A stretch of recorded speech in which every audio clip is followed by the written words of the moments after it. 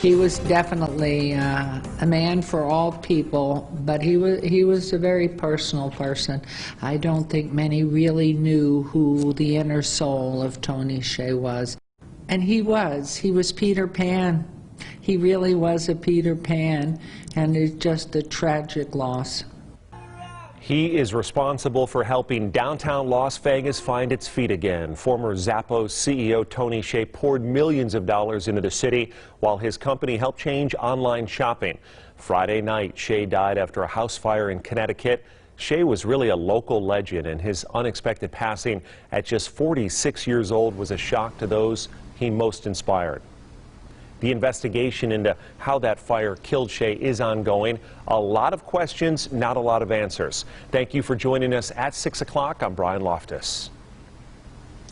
And I'm Denise Valdez. The I-Team's David Charnes has been digging into just exactly what happened. He's live in downtown Las Vegas tonight outside of Zappos headquarters with more information. And of course, that's the company that Tony Hsieh used to run. David?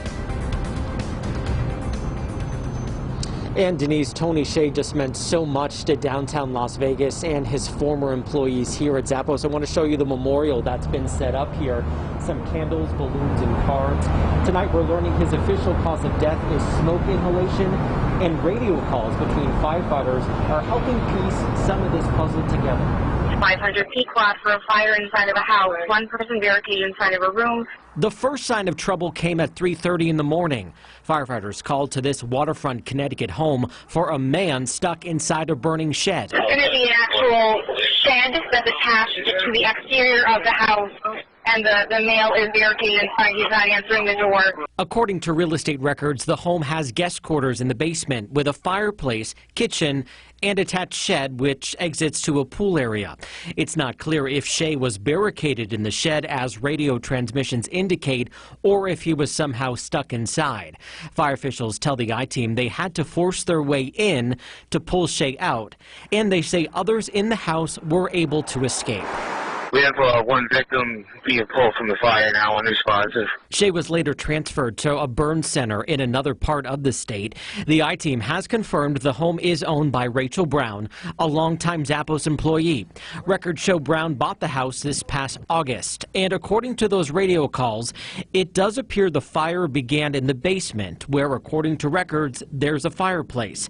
But right now it's unclear how that fire started or how Hsieh became trapped inside that storage area. Video from in front of the house Monday shows no visible damage and a car parked in the driveway. Now, we did reach out to Brown and we have not heard back. The medical examiner in Connecticut tells me that Hsieh's death has been ruled accidental, but they are waiting for some tests to come back, and that is standard procedure. Live in downtown Las Vegas tonight, I'm David Charnes, 8 News Now. And David, are those tests standard procedure? Yeah, they are. So in any sort of accidental death or death where there needs to be some more investigation, they'll send out those blood tests to an outside company. Technically takes just a couple more days to get that information, but any medical examiner is going to want that information as part of their investigation and also to have on a person's death certificate. So it could be a couple more weeks before we have that information.